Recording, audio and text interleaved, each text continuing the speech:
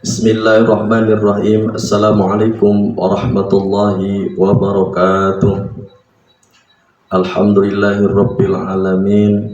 Wassalatu wassalamu ala asrofil anbiya'i wal mursalin Sayyidina Muhammadin wa ala alihi wa sahbihi ajma'in. Amma ba'd. Wa qala Allah ta'ala fil Qur'anil Karim wa huwa asdaqul qailin. A'udzu billahi minasy syaithanir rajim. Bismillahirrahmanirrahim. Ya ayyuhan nasu inna khalaqnakum min dzakarin wa untha وَجَعَلْنَاكُمْ شُعُوبًا وَقَبَائِلَ لِتَعَارَفُوا إِنَّ أَكْرَمَكُمْ عِندَ اللَّهِ أَتْقَاكُمْ إِنَّ اللَّهَ عَلِيمٌ خَبِيرٌ. وقال النبي صلى الله عليه وسلم Ar-rahimuna yarhamuhumur rahman irhamu man fil ard yarhamukum man fis sama. Rawahu at-Tirmidzi. Shadaqallahul azim wa shadaqa rasul habibul karim wa nahnu ala dzalika minasyahid wasyaiq walhamdulillahirabbil alamin. Anak-anakku soleh-solehah, semoga kalian semuanya ada dalam sehat wal afiat di bulan yang penuh berkah, di bulan yang penuh ampunan, di mana bulan yang Allah lipat gandakan kebaikannya dan Allah kabulkan segala hajatnya. Mudah-mudahan kita semuanya dengan melaksanakan apa yang diperintahkan oleh Allah, puasa sebulan lamanya ini menjadikan asbab wasilah kita semuanya dijadikan anak yang soleh, solihah, dan menjadikan generasi yang islami dan qur'ani. Amin ya Allah ya rabbal alamin. Salawat dan salam marilah kita sampaikan keharibaan alam Habibuna wa Nabiyuna Muhammad sallallahu alaihi wasallam, yang mana beliau telah membawa zaman jahiliyah kepada zaman kemodernan, zaman yang tadinya orang tidak mengerti kepada zaman yang intelektualitasme. Mudah-mudahan kita sebagai umatnya bisa mengestafetkan perjuangannya, yaitu menjalankan yaitu syariat. Mudah-mudahan kita semuanya mendapatkan syafaatul uzma nanti di yaumil qiyamah. Amin ya Allah ya rabbal alamin. Anak-anakku soleh solihah, di dalam bergaul Islam telah memberikan konsep, yaitu harus beretika sesuai dengan syariat Islam.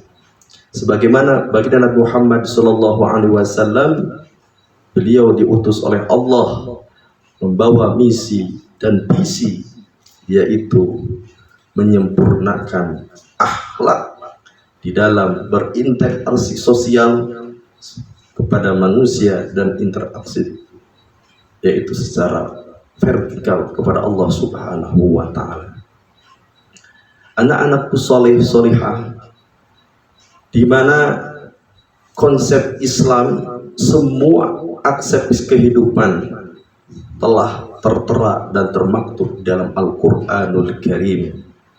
Maka bertepatan dengan yaitu bulan suci Ramadan, tanggal 17 Ramadan, Allah menurunkan Al-Quran sebagai konsep kehidupan. Bagaikan manusia akan menjadikan selamat apabila Al-Quran dijadikan pedoman hidupnya. Tetapi kalau Al-Quran di belakangnya akan menjadikan kesesatan dalam hidupnya. Mudah-mudahan kita sebagai orang yang identitas yaitu Muslim, maka harus menerima dan mengkaji, mengaktualisasikan isi Al-Quranul Karim untuk mengisi kehidupan dan kehidupan kelak.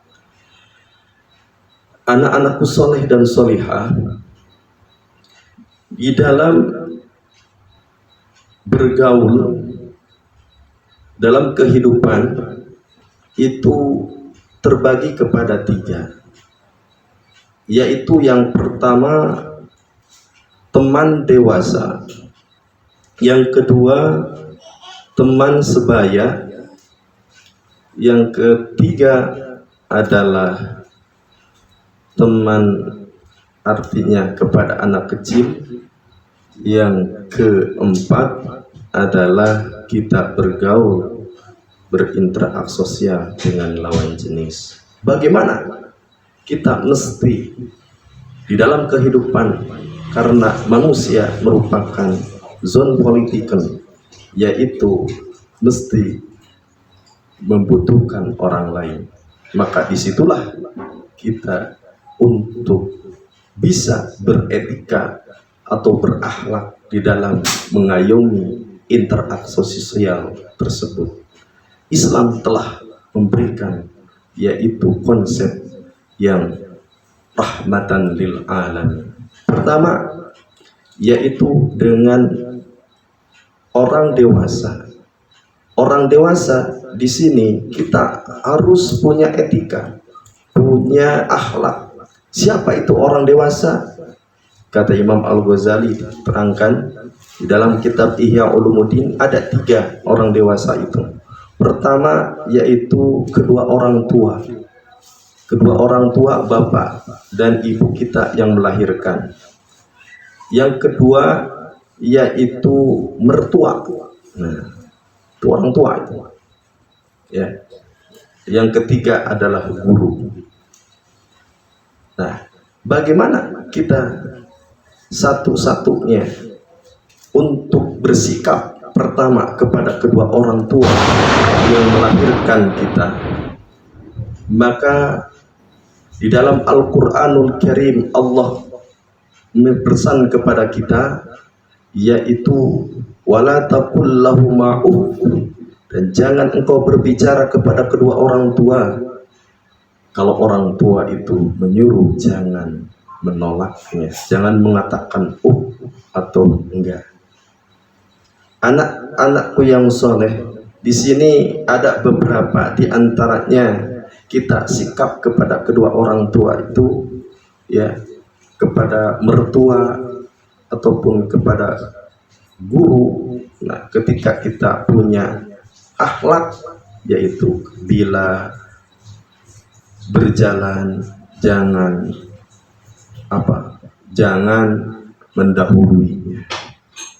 Lantas kita menghargai, mengikuti apa yang dipesankan oleh orang tua kita. Lantas ketika orang tua berdiri, maka kita harus menghormatinya kepada kedua orang tua kita. Lantas apa etika kepada orang tua? Selanjutnya harus kita mencari ridhonya. Karena demi Allah, kata ulama-ulama, keberkahan hidup kita, kesuksesan kita itu tidak lepas daripada ridhonya orang tua, doanya orang tua kepada kita. Maka hadis menjelaskan ridallahu fi ridal walidain wa sukhtullahu fi sukhtil walidain. Anak-anakku yang soleh dan solihah, di dalam beretika kepada orang tua di rumah ataupun di mana, maka kita harus selalu merendahkan diri. Walaupun kita sebagai profesor, doktor ataupun strasa S1 tingkat tinggi, kita mengenyam, tapi orang tua kita rendah dalam pendidikannya. Tetap sebagaimana Nabi Ibrahim, walaupun orang tuanya menjual apa, yaitu menyuruh menjual apa oleh bapaknya, ayahnya, yaitu berhala, tetapi Nabi Ibrahim bersikap apa, yaitu rendah diri, artinya menghormatinya. Sejelek apapun, serendah apapun, orang tua kita harus dihormati. Itulah kita harus bergaul dengan orang tua dimanapun, kita harus selalu menghormatinya. Yang selanjutnya, bagaimana etika kepada kedua guru kita atau kepada guru. yaitu etika kepada guru. Di antaranya ketika kita umpamanya belajar di sekolah, maka kita harus minta izin ketika kita bertanya. Lantas apa? Menundukkan kepala ketika apa? Guru itu lagi apa? Menasehatinya, memperhatikannya. Jangan apa? Berburuk sangka. Lantas apalagi suara guru itu apa? Rendah, kamu kencang, itu tidak beretika. Ya, maka kita harus apa? Mempunyai akhlak. Semuanya itu adalah telah diatur oleh dan syariat Islam. Maka kita orang yang baik itu adalah orang yang sempurna dalam akhlaknya. Anakku solih-solihah, di dalam bagaimana kita selanjutnya untuk bersikap kepada teman yang sebaya, ya, di antaranya apa? Yaitu mengutamakan kepentingan orang lain ataupun teman. Apabila ada kesulitan, kita menolongnya. Lantas apa? Bertutur kata yang santun. Lantas jangan mengejek dan mengupulinya. Itu di dalam kehidupan, baik di sekolah ataupun di mana di luar sekolah, tetap harus dijaga, yaitu tutur kata yang sopan dan santun dalam perbuatan. Kepada anak-anak, kepada yang sebawahin kita, maka kita harus menyayangi. Bagaimana? Yaitu hadis baginda Nabi Muhammad SAW, man lam yarham la yurham. Orang yang tidak menyayangi tidak akan disayangi. Itu yang diriwayatkan oleh Imam Bukhari. Solih-solihah yang dirahmati Allah Subhanahu wa ta'ala, lantas bagaimana bergaul dengan lawan jenis kita? Yaitu kita harus apa? Harus menjaga, yaitu aurat kita, menjaga apa? Menjaga ucapan dan perbuatan kita, jangan sampai menyinggung kepada apa? Lawan jenis kita. Dan harus mencintai karena Allah Subhanahu wa ta'ala. Bagaimana Nabi Muhammad SAW yaitu bersabda, khairul ashabi indallah, yaitu sebaik-baiknya teman menurut Allah, khairuhum li sahibihi, yaitu kamu lebih apa? Memperbaiki sikap, ucap, perbuatan, sampaikan tutur kata, itulah sebaik-baiknya kalian semuanya. Itu yang dikatakan dan diriwayatkan oleh At-Tirmidzi. Soleh-solehah yang dirahmati Allah Subhanahu wa ta'ala, kesimpulannya sebagaimana Al-Quran menjawab bahwa kita adalah sebagai manusia yang Allah ciptakan, yaitu dari jenis laki-laki dan perempuan, yang dimana berkelompok, bernegara, berkulit apa berbeda, berbahasa yang berbeda, Allah ciptakan sengaja untuk menjalin persaudaraan, yang dimana persaudaraan itu tidak lepas daripada etika ataupun sopan ataupun akhlak yang sebagaimana baginda Nabi Muhammad SAW telah contohkan. Mudah-mudahan kita semuanya oleh Allah diberikan kekuatan untuk bisa berinteraksi sosial kepada yang lebih tua, yang sebaya, lawan jenis, dan yang kepada anak-anak kita bisa mengaplikasikannya isi Al-Quran dan Sunnah yang baginda Nabi Muhammad SAW telah contohkan. Mudah-mudahan kita semuanya dalam kehidupan ini diberkahi. Amin ya Allah ya Rabbal Alamin. Sekian dari tuturan ataupun penjelasan dalam makna kita bergaul menurut perspektif Islam. Mudah-mudahan kita semuanya tergolongkan kepada yaitu mempunyai manusia yang tinggi derajatnya, yaitu dengan memprioritaskan mempunyai akhlak yang akhlakul karimah. Amin ya Allah ya rabbal alamin. Itu saja. Wassalamualaikum warahmatullahi wabarakatuh.